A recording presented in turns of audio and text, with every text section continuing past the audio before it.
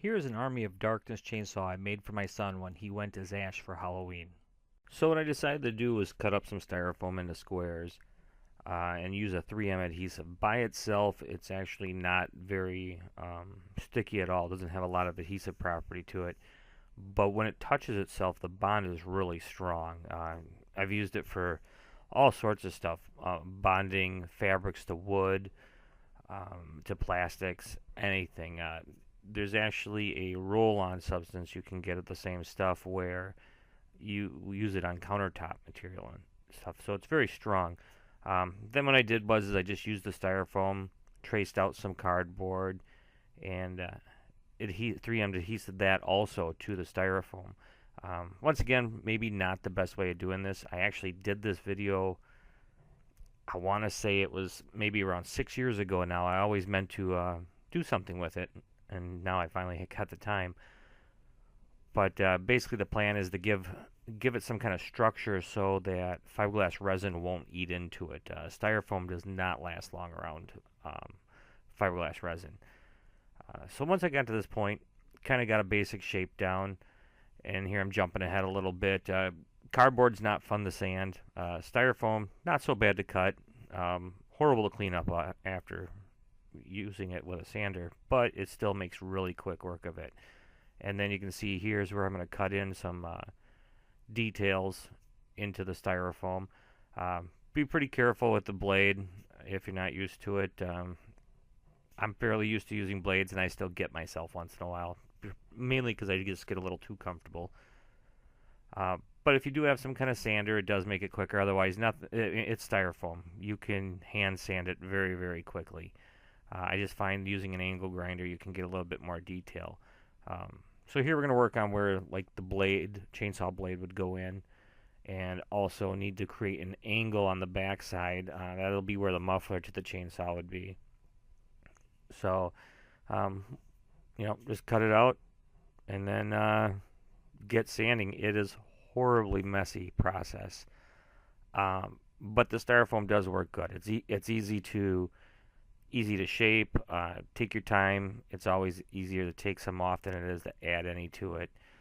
And just double check everything. Like right here, I'm making the mark of how far I want to go in, removing the styrofoam.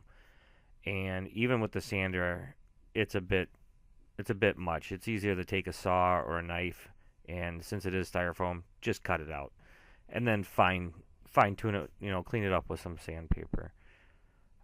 But once you got that, then you're going to want to just get some angles in there. You don't want to look like a block.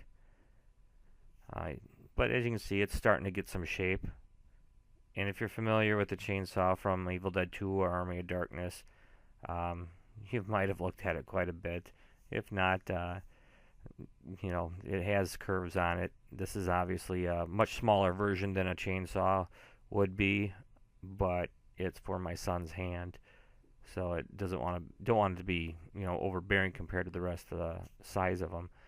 But once that's done, you can see I applied the tape. The tape is really, once again, it's getting coated in fiberglass resin. It's more to just protect the styrofoam. The styrofoam purely was just to maintain its shape. So now what I need to do is make a small blade. I did consider actually taking a blade out of a chainsaw, but it's easier just to use cardboard and safer. It's going to be lighter. Paint it to whatever I want. Don't have to worry about the strength of his arm. So we'll get this cut out, and then from here we'll just take it, put it on another piece of cardboard, and trace it out. That way we'll get double thickness to it. With the fiberglass resin and everything, it should make it very strong. Cardboard, though I wish it was a little bit more porous, and I could have maybe sanded down the cardboard a little bit to soak in some of the resin, it did just fine. But as you can see, nothing too big. Kind of keep it in the dimensions of what the body of the chainsaw is.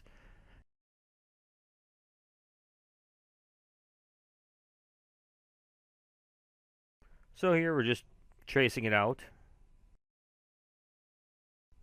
Looks much nicer than my original freehand. So we'll get this cut out. We'll use some glue and get those two pieces put together.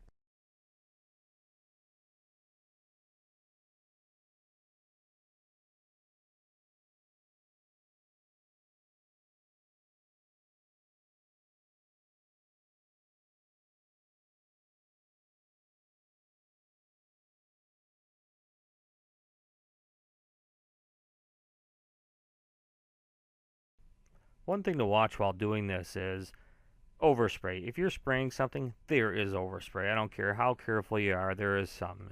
Obviously, if you're careful, you can control it a little bit more, but there'll be some overspray.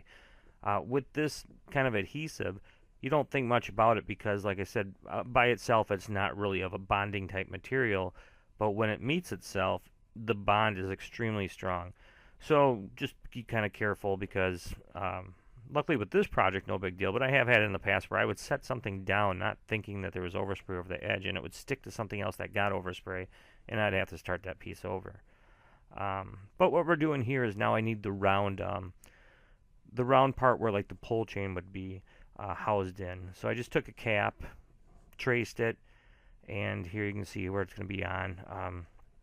Going to basically do the same thing again, and then just kind of guesstimate a few inches, or not even a few inches, maybe about an inch in, and trace that out and cut that out. One of the nice things, and one of the reasons I enjoy doing these projects for my kids, are there really is no standard. I can do it however I want to do it. If something's a little off, it's not a big deal. It still looks better than buying a piece of plastic off the store shelf.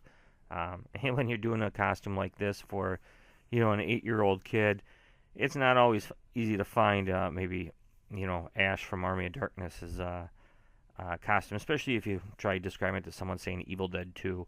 Even though the movie has a huge cult following, not everybody knows what it is, and some people just look at you kind of weird when they find out it's for your kid. But as you can see, I took just a few scraps. We're going to put to raise up the edge there, and it's going to go alongside the chainsaw. So here we're going to just basically add these together. I was doing these so quick. One thing I did find out, though, is a little air time is good. You want it almost tacky to dry. You don't want it wet. They don't stick the best that way.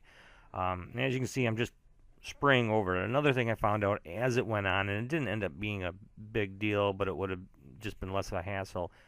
Fiberglass resin does not like going over this adhesive. So definitely make sure you scuff up your projects before using resin, because even if you have a non-porous area, like the tape, for example, I did scuff up the tape before I put the resin on, just for the fact that you want it to bond. But you can kind of get the idea of where it's going to go. Here's one of the areas I noticed that I got overspray on the chainsaw's body, and when the resin went over, it didn't stick the best the first time.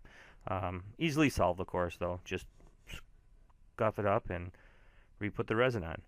But now we have the housing. Here's where the muffler is going.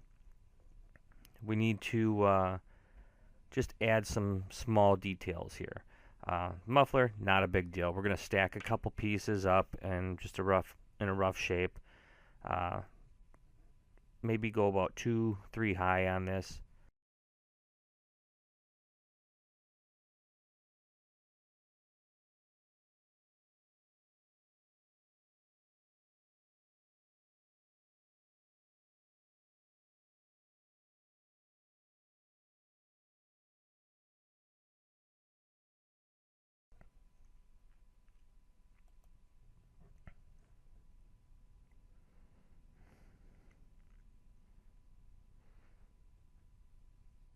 Okay, so now I got the muffler on there. Um, I know it doesn't look like much, but on a chainsaw, it doesn't look like much. But the blade's going to be important. So I got to figure out how I'm going to jam this thing in there. Um, One of the things you got to kind of keep in mind too is you got to paint all this when you're done. So at this point, I still didn't know, was I going to make the blade removable, put a bolt through there somehow? I also got to keep in mind it's just styrofoam inside. There really is nothing to bolt into inside it. Things I should have maybe thought of afterwards. But here, the little triangle part, that is actually just basically cosmetic. We're going to put these all the way around. That way it gives the fins of the pull area just a little decoration. So now you can see I got them all done. I use things that I have laying around. I don't like to buy extra stuff. This is actually for cars. It's a emblem type adhesive. You could really use white glue if you want. But this worked fine. I had it. It was quick setup. Chainsaw has a oil and gas inlet This is tiny. Everything shrunk down. I only put one cap on the top there to make it look like it has a cap. But as you can see, I decided to just jam the blade in there. I'll figure out the painting later. Not a big deal. This is one of the first of many coats of resin. Don't be shy on it. It will drip. Sanding it sucks. Here's where I really highly suggest having some kind of air or power sander.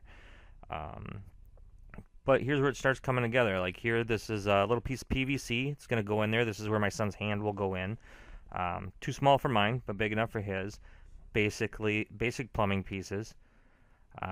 Just actually took the die grinder and just started shoving it in there. And I ground down the end of the PVC a little bit. Once again, when you grind it down, that gives the resin something to grab into. Taping off the inside. In hindsight, shouldn't have taped it off. Should have just let the fiberglass resin eat it out as much as possible to give it more of a cavity and be able to get the hand in there. But, you know, it's still coming together pretty nice. And once the resin was on, it's a lot sturdier. I can squeeze it at this point, though. So, I mean, it is still fragile. It's just resin. There's no mat in it at all. So now we're going to do the handle. Just took a piece of PVC. We're going to trace it out here. And since the fiberglass is on there already, just drilled it out. And just kept working on it until the pipe fit in there. Once the pipe's in there, now we have to bend it. But the styrofoam, don't worry too much about it. Once again, I put it in using the resin and it ate away. So here, just going to do some more resin around the PVC.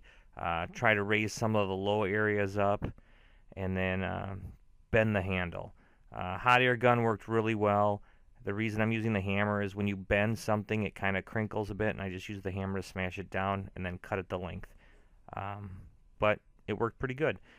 So what we're going to do is I took some fiberglass resin, a bunch of mat, and mixed that up. Actually used a little extra hardener. Maybe a little too much, but I want it to dry as quick as possible because you're going to see I'm going to fill in these areas on the handle to make it more round, and I also want the handle itself to adhere as quick as possible inside inside the chainsaw because of the fact that the resin is really the only thing holding it together. So we're going to get all the high ends down that couldn't hammer down because I want this to look like a handle, not look like a bent up pipe. And then once we have that, we'll get a little Bondo in there also. But yeah, here's where I'm talking about a lot of mat. You can see it's very thick. And it's actually just fiberglass mat that I pulled apart and shredded because I just wanted strings in there. I didn't want to have any hindrance of bubbles because I can't push it smooth. I wanted everything packed in there perfect. And then wrap it around. Now keep it in mind, I had some extra, filled some low areas. Something to keep in mind is if you do not have any kind of power tools and you're doing this by hand, it is a bear to sand this stuff. You want to make sure that you take that into consideration when doing this. But I just propped it up the best I could. And I'm going to let that sit for a while and harden up. Once it hardened up, it's very strong. But if you have the extra resin, make sure you use it. It does not last long. Be a little prepared for it. Once that's done and all hardened, basically just give it a good sanding, as good as you can, and then get like a Bondo or a polyester glaze. Polyester glaze is a lot easier to work with than Bondo. It's more of a finishing compound, but you can get away with some thicknesses with it. But once you have that on there, just give a nice glaze over everything. Get some of the low spots brought up. A lot of people say make it smooth. You just want to make it straight, really. Smoothness we'll worry about later. But you can see here, got it sanded. Got to where I wanted it, so decided to prime it. Once you're primed, sand that down, and you can start painting. First coat red, not a big deal. Here you can be pretty much as sloppy as you want to. So I just threw as much red paint on there as I wanted to, got it to where I needed it, and then taped it off and started working on the silver parts. As you get down, think ahead, because as I got to the black parts here, like the handle, the cap, and the muffler and stuff like that, that's when I had to start thinking more, because you don't want to overspray what you already did. And then I just did some silver on top instead of doing a metal plate like I thought. Got to keep it down, the weight.